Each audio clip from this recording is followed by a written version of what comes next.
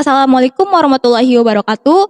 Selamat siang, saya Imelda Jarotunisa, mahasiswa Fakultas Hukum di Universitas Sultan Ageng Tirtayasa, akan menyampaikan sebuah studi kasus, di mana kasus tersebut tentang pembunuhan terhadap wanita hamil 4 bulan di Kelapa Gading.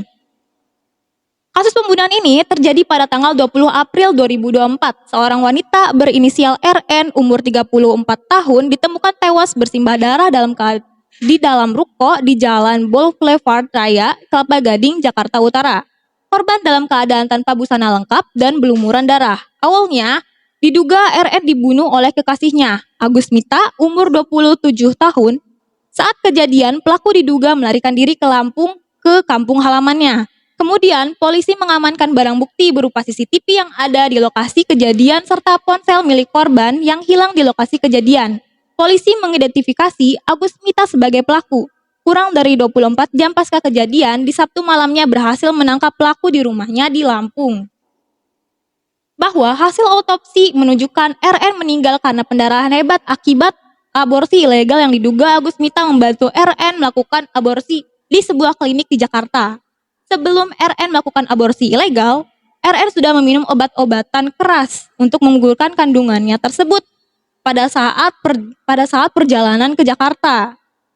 Kemudian terungkap bahwa Agus Mita juga merampas ponsel korban secara paksa dan meninggalkan korban saat sedang pendarahan hebat dengan kamar terkunci, dan diduga keduanya sudah menjalin hubungan gelap selama 3 tahun. Terungkap juga bahwa RN sudah berkeluarga dan mempunyai suami dan anak. Keduanya sepakat menggugurkan kandungan karena ingin lepas dari tanggung jawabnya dengan alasan bahwa keduanya malu terhadap keluarganya yang di kampung halaman mereka yang di Lampung apabila terungkap bahwa mereka mempunyai hubungan gelap. RN dan Agus Mita datang ke Jakarta dari Lampung untuk menutupi hubungan gelap mereka dari keluarga dan mencari pekerjaan. Saat mengalami pendarahan hebat di Jakarta, RN ditinggalkan oleh Agus Mita, yaitu kekasihnya. Kemudian pada tanggal 21 April 2024, Agus Mita ditetapkan sebagai tersangka dan ditahan oleh polisi. Motif pelaku diduga ingin merampas harta korban dan merampas nyawa korban. Kemudian kasus ini ditangani oleh Kepolisian Resor Polres Metro Jaya, Jakarta Utara. Berdasarkan fakta hukum yang ada, RN diduga meninggal akibat pendarahan yang ia alami karena berupaya melakukan aborsi, yang mana aborsi tersebut dilakukan secara tidak profesional yang mengakibatkan pendarahan terjadi. Agus Mita terungkap merampas ponsel RN secara paksa dan meninggalkan korban saat sedang mengalami pendarahan hebat dengan mengunci kamarnya. Nah, selanjutnya, apakah perbuatan tersangka kepada korban termasuk tindak pidana pembunuhan? Dan apakah perbuatan tersangka kepada korban termasuk tindak pidana pencurian dengan kekerasan? Dalam kasus ini, berdasarkan fakta yang ada dan hukum yang berlaku di Indonesia, Agus Mita dikenakan beberapa pasal berikut. Yaitu yang pertama, pasal 338 KUHP tentang pembunuhan. Seperti yang dirumuskan dalam pasal ini bahwa barang siapa dengan sengaja merampas nyawa orang lain diancam karena pembunuhan dengan pidana penjara paling lama 15 tahun. Nah, dalam kasus ini Agus Mita dinyatakan merampas nyawa RN. Maka pasal ini dapat diterapkan. Yang kedua, pasal 365 KUHP tentang pencurian dengan kekerasan. Seperti yang dirumuskan dalam pasal ini bahwa barang siapa dengan maksud untuk memiliki suatu barang, mengambil barang itu dengan kekerasan atau ancaman kekerasan yang dapat menimbulkan rasa takut pada orang lain, atau dengan menerobos rumah atau tempat tertutup yang dipakai orang lain, atau dengan memakai kunci palsu, perintah palsu atau pakaian palsu, maka diancam dengan pidana penjara paling lama 9 tahun. Nah, dalam kasus ini Agus Mita dinyatakan merampas ponsel RN secara paksa, maka pasal ini dapat diterapkan. Nah, untuk menentukan apakah perbuatan tersangka kepada korban termasuk tindak pidana pembunuhan, bahwa perbuatan Agus Mita kepada RN dikenakan pasal 338 tentang tindak pidana pembunuhan. Pembunuhan adalah suatu tindakan untuk menghilangkan nyawa seseorang dengan cara yang melanggar hukum, maupun yang tidak melawan hukum. Suatu perbuatan dapat dikatakan sebagai pembunuhan adalah perbuatan oleh siapa saja yang dengan sengaja merampas nyawa orang lain, maka disebut sebagai tindakan pembunuhan. Nah, tindak pidana pembunuhan ini merupakan delik material, di mana tindak pidana pembunuhan dianggap delik material bila delik tersebut selesai dilakukan oleh pelakunya dengan timbulnya akibat yang dilarang atau yang tidak dikehendaki oleh undang-undang. Dalam tindak pidana pembunuhan, nyawa seseorang merupakan sasaran utama si pelaku. Ketentuan pidana tentang kejahatan-kejahatan yang dilakukan terhadap nyawa seseorang dapat dilihat dalam Kitab Undang-Undang Hukum Pidana buku kedua bab 19 KUHP yang terdiri dari 13 pasal, yaitu dimulai dari pasal 338 sampai 350. Bahwa tindak pidana terhadap nyawa dalam KUHP dimuat pada bab 19 dengan judul kejahatan terhadap nyawa yang diatur dalam pasal 338 sampai dengan pasal 350. Mengamati pasal-pasal tersebut, maka KUHP mengaturnya sebagai berikut. 1. Kejahatan yang ditujukan terhadap jiwa manusia. 2. Kejahatan yang ditujukan terhadap jiwa anak yang sedang atau baru dilahirkan. 3. Kejahatan yang ditujukan terhadap anak yang masih dalam kandungan. Bahwa dilihat dari segi kesengajaan, maka tindak pidana terhadap nyawa ini terdiri atas 1.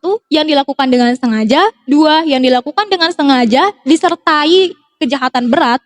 3. Dilakukan dengan direncanakan terlebih dahulu. 4. Atas kejahatan yang jelas dari yang dibunuh. 5. Menganjurkan atau membantu orang untuk bunuh diri.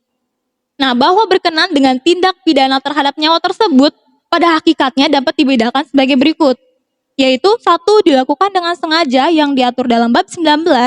2. Dilakukan karena kelalaian atau kealpaan diatur dalam bab 11. 3. Karena tindak pidana lain mengakibatkan kematian yang diatur antara pasal 170, 351 ayat 3, 354 ayat 2, dan lain-lain. Bahwa untuk memahami arti pembunuhan dapat dilihat dari pasal 338 KUHP yang merumuskan barang siapa dengan sengaja merampas nyawa orang lain diancam karena pembunuhan dengan pidana penjara paling lama 15 tahun. Hal ini merupakan suatu rumusan secara material, yaitu menyebabkan suatu tertentu tanpa menyebutkan wujud dari tindak pidana. Menghilangkan nyawa seseorang dengan maksud dan tujuan kejahatan tindak pidana dibenarkan. Kejahatan tidak dapat dibenarkan. Hak untuk hidup merupakan hak dasar yang dimiliki seseorang yang keberadaannya telah dijamin di dalam Undang-Undang Dasar 1945 pasal 281 ayat 1 yang merumuskan bahwa hak untuk hidup, hak untuk tidak disiksa, hak kemerdekaan pemikiran dan hati nurani, hak beragama, hak untuk tidak diperbudak, hak untuk diakui sebagai pribadi di hadapan hukum, dan hak untuk tidak dituntut atas dasar hukum yang berlaku surut adalah hak asasi manusia yang tidak dapat dikurangi dalam keadaan apapun.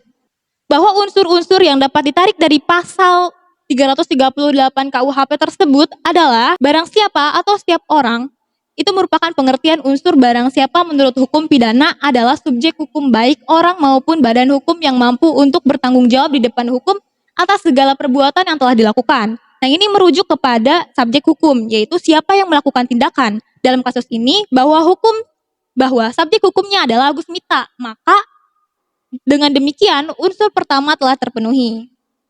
Yang kedua, dengan sengaja. Ini merujuk kepada elemen kesengajaan dalam melakukan tindakan. Nah, dalam kasus ini, Agus Mita diduga dengan sengaja meninggalkan RN, yaitu korban, dalam kondisi pendarahan. Maka unsur kedua telah terpenuhi. Yang ketiga yaitu merampas atau menghilangkan. Ini merujuk kepada tindakan yang dilakukan oleh subjek hukum.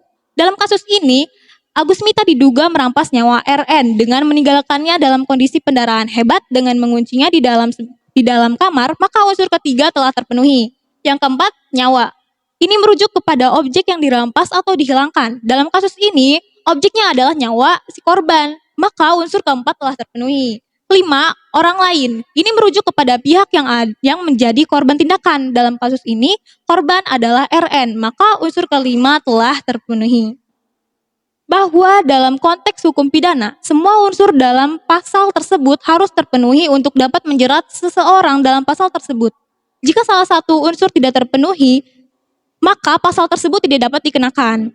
Dalam kasus ini, Agus Mita dengan sengaja merampas nyawa wanita hamil, yaitu kekasih gelapnya, dengan meninggalkannya dalam kondisi pendarahan hebat dan memilih mengunci korban di kamar, hal ini sudah terbukti bahwa Agus Mita mengakui perbuatannya tersebut.